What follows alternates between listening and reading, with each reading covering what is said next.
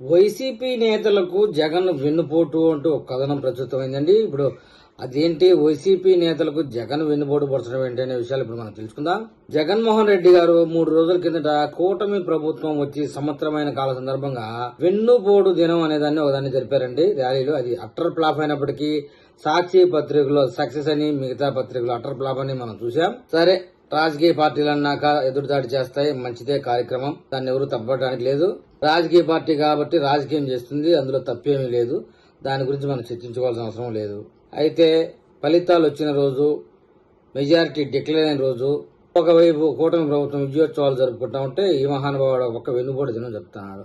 అయితే పిలుపునైతే ఇచ్చాడు కానీ మన జగన్మోహన్ రెడ్డి అంటారు, వైసీపీ పులివెందుల ఎమ్మెల్యే, వైసీపీ నేత, పులివెందుల పులి, ప్రతిపక్ష హోదా లేని ప్రతిపక్ష నాయకుడు కార్యక్రమంలో ఎక్కడా కనపడలా. బెంగళూరు ప్యాలెస్ లో పండుకున్నాడని చెప్తున్నారు.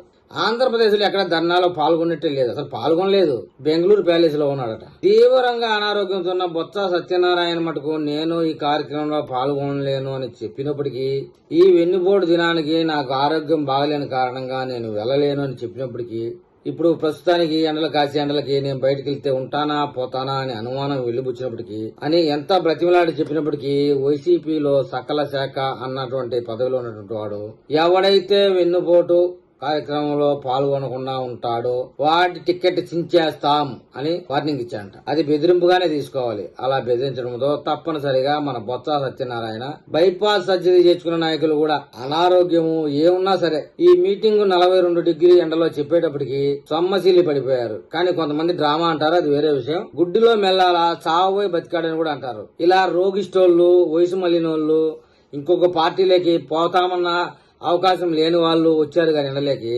అసలు నాయకుడైతే కనపడలేదు జగన్మోహన్ రెడ్డి గారు. మీడియా వాళ్ళు అద్దం పెట్టుకుని ఎత్తికారు, భూత అద్దం పెట్టుకుని ఎత్తికారు. ఎక్కడన్నా జగన్మోహన్ రెడ్డి కనపడతారేమో ఈ యొక్క వెన్నుపోటు కార్యక్రమంలో లైవ్ పెడదామని, ఎక్కడా కనపడలేదు. మంగళగిరిలో, విజయవాడలో కనీసం ఏదో ఒక చోట కనపడతాడేమో అని వెతికారు. చివరి ఆఖరికి పులివెందుల్లో కూడా ఎతికారట. చివరికి అంతా పరిశీలించాక సాయంత్రానికి తెలిసింది బెంగళూరు ప్యాలెస్ లో ఉన్నాడు. వారానికి 3 రోజులు బెంగళూరు, ఒక 3 రోజులు తాడేపల్లి ప్యాలెస్, మరొక రోజు హైదరాబాద్ లోటస్ పాండ్. ఈ విధంగా పార్టీని అయితే నడిపిస్తా ఉన్నాడు. 3 రోజులు 3 ముక్కలాటగా బెంగళూరులో 3 రోజులు, అమరావతిలో 3 రోజులు, హైదరాబాద్ లో 3 రోజులు. ఆ పార్టీలో నాయకుల్ని, వయసైన వాళ్ళని ఇబ్బందులకు గురి చేస్తా ఉన్నారు. అసలు బొత్స సత్యనారాయణ వచ్చేవాడు కాదు వాస్తవంగా, కానీ అతను ఏ పార్టీలోకి వస్తామన్నా తీసుకోవడంలే, చచ్చినట్టు ఆ పార్టీలోనే ఉండాలి. అందున ఎమ్మెల్సీ ఒకటి అతికిచ్చారు, అందువల్ల చచ్చినట్టు ఉండాలి.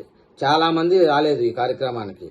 మన మాజీ స్పీకర్ కానివ్వండి, ఇదో గోదావరి జిల్లా గుడ్డు మంత్రి కానివ్వండి, ఇలా చెప్పుకోదగిన వాళ్ళు చాలా మంది అయితే రాలేదు. రాగలిగిన వాళ్ళలో రోజా, బొత్స సత్యనారాయణ, అంబటి కూడా ఎక్కడ వచ్చాడో లేదైతే కనపడలేదు పెద్దగా. మొన్న అయితే జగన్మోహన్ రెడ్డి తెనాలి వెళ్లి రౌడీ షీటర్లను పలకరిద్దామని వెళ్తే, ఓయమ్మ ఈ మహానుభావుడు వస్తే మళ్ళీ మనకు ఏదైనా దండన పడదని చెప్పి ఆ ముగ్గురు పారిపోవడం కూడా మనం చూసింది. అసలు ఆ స్క్రిప్ట్ ఎవడిచ్చాడో కానీ జగన్మోహన్ రెడ్డి మహానుభావుడు పుణ్యం కట్టుకుంటున్నాడు. మళ్ళీ 30 ఏళ్లు వైసీపీ పార్టీ ఆంధ్రప్రదేశ్లో రాకుండా చేస్తున్నాడు. ఇలాంటి కార్యక్రమాలే చేసుకుంటూ పోతే రాబోయే రోజుల్లో మరింత ఇబ్బంది పడే అవకాశం ఉంది. ఎందుకో ఆ టైంలో అక్కడ అందుబాటులో ఉన్న ఒకరిద్దరిని బలవంతంగా తీసుకొచ్చి, ఎందుకంటే వైసీపీలో క్రియాశీలక కార్యకర్తలుగా రౌడీ షీట్లే ఉన్నారు. రాబోయే రోజుల్లో జగన్మోహన్ రెడ్డి కనుక పార్టీని ఇదే విధంగా ముందుకు తీసుకెళ్తే, ఆ పార్టీలో మిగిలిపోయిన సీనియర్లు, అంతో ఇంతో మంచి పేరు ఉండేవాళ్ళు బీజేపీ తలుపు కొడతా ఉన్నారు. దబదబా మేము బీజేపీలో వస్తాంరా, మమ్మల్ని కాపాడంరా నాయన, ఏదో ఒక మూలపడి ఉంటాం అన్నట్టుగా. మనం ఇప్పుడు చెప్పుకోవాల్సింది ఇంపార్టెంట్ ఏంటంటే, ఈ వెన్నుపోటు దినంలో కీలకమైన నేతలు ఇద్దరు పాల్గొనలేదు.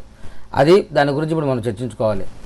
వైసీపీ చేపట్టింది వెన్నుపోటు దినం. ప్రభుత్వం మీద వ్యతిరేకతను బలోపేతం చేయడానికైతే వెన్నుపోటు దినం చేయలేదు. జగన్మోహన్ రెడ్డి గారు ఒక ఆలోచన చేశారు, మనం ఒక పిలుపిస్తాం, ఎవరైతే మన పార్టీలో పిలిపివ్వగానే వస్తారా అని చూడడం కోసం పిలిపించారనమాట. వారైతేనే వైసీపీలో ఉన్నట్టు. నేను పిలిస్తే కూడా రాకుండా ఉంటే వారంతా రాబోయే రోజుల్లో పార్టీ మారే అవకాశం ఉందని గ్రహించడం కోసం ఈ వెన్నుపోటు దినం చేశాడు. మరి జగన్మోహన్ రెడ్డి వెన్నుపోటు దినంలో పాల్గొనలేదు కదా, మరి వైసీపీలో ఉంటాడా, మూసేస్తాడా?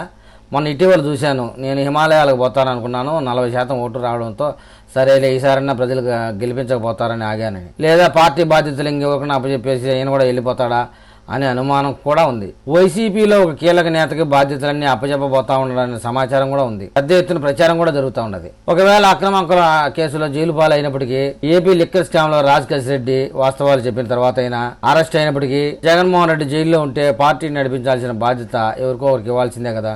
ఆ పార్టీ యొక్క బాధ్యతలు ఎవరికి అప్పచెప్పబోతా ఉన్నారు అనే విషయాలు మరొక వీడియోలో మనం కలుద్దాం. నా వీడియో మీకు చేరాలంటే నా ఛానల్ సబ్స్క్రైబ్ చేయండి, లైక్ చేయండి. మీరు ఏదైనా తెలపాలనుకుంటే కామెంట్ రూపంలో తెలపండి.